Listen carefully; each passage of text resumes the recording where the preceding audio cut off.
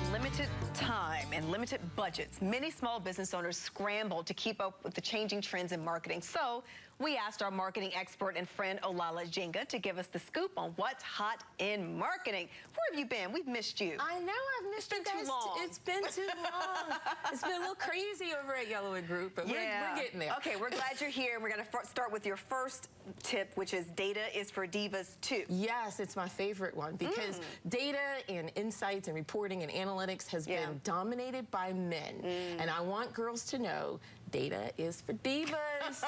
Okay, smart girls do reports and analytics, and it's okay. And I think it's a really great time for women to really kind of dig into the information and translate that information into how they can impact things in the business. So I'm very excited about more women getting into data.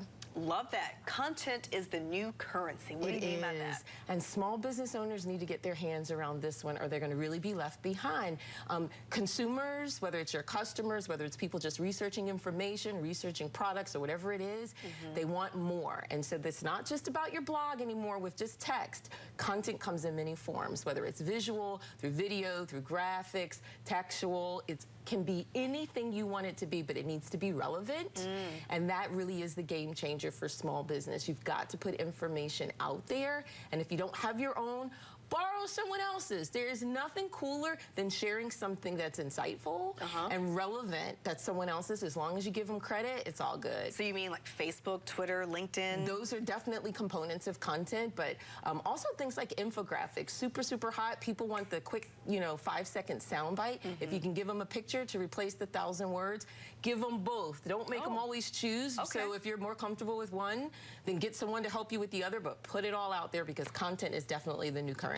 Gotcha. Get your game on. This one is kind of fun, but you have to think out of the box about it. And the premise behind getting your game on is people want to be entertained, Valanda.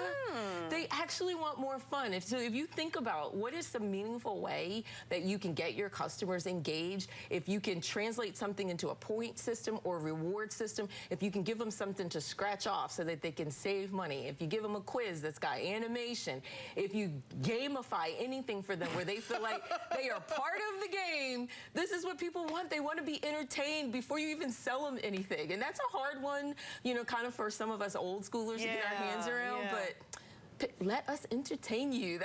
I spent way too much time playing Flappy Bird last night on my phone. Flappy Bird. Flappy Bird. I'm it's like I couldn't stop. And then I just finally threw the phone. Like, this is a waste of my time. But it got me. But it got you, and that's how commercials are right now, too. They want to draw you in. They want to entertain you. And then you realize, oh, yeah, you're trying to sell me something. There you go. Okay, let's talk about Miss Sheryl Sandberg. Miss Lean In. She's leaning in. She's leaning on. I'm sure you've heard about, what's she, the president of Yahoo? Facebook. Yes, Facebook. So CEO. So she's the big cheese. Yes. Yeah. And so she has gotten Condoleezza Rice and Beyonce to support this idea that we need to ban the word bossy.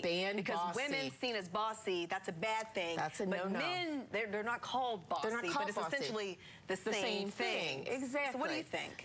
Yeah. So Sheryl, I'm gonna have to talk to Sheryl. You want Sheryl to recline? I want her to lean out. Lean out, Sheryl. It's just really kind of, when you give a word power by saying, well, let's not say it, then you get people to talk about it, but they're talking about it for the wrong reasons, right? And it's that whole glass ceiling effect. If you acknowledge that there's a glass ceiling, then there is a glass ceiling, so then we have to talk about shattering it. Same concept. I think the biggest disservice that we do is when we give something power and then we don't tell women what the antidote for it is, okay?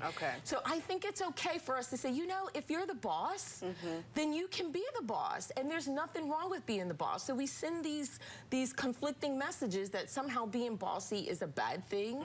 It doesn't have to be a bad thing. Because you're the boss, you own your company. Absolutely, and I have this expression at my company. I'm like, Olalah wants what Olalah wants. That doesn't make me bossy. It makes me the CEO. I want what I want. Right. So there you go. Are you offended by the word, or do you care? I don't care. And maybe some of that's because I was an only child. Who the heck else is there to boss around? It was just me. Right. I think sometimes we read too much into the implication of something, and if she really wants to step up her game on this one, how about she say that, bossy is sexy, and then we turn bossy into an acronym for something that women can be mobilized around, and we can, feel comfortable saying, like, yeah, bossy is a good thing. So I love that. We need to strategize on an acronym for BOSS. Yeah. But more on that like it later. Yeah, we'll do a show. Okay. We'll be right back.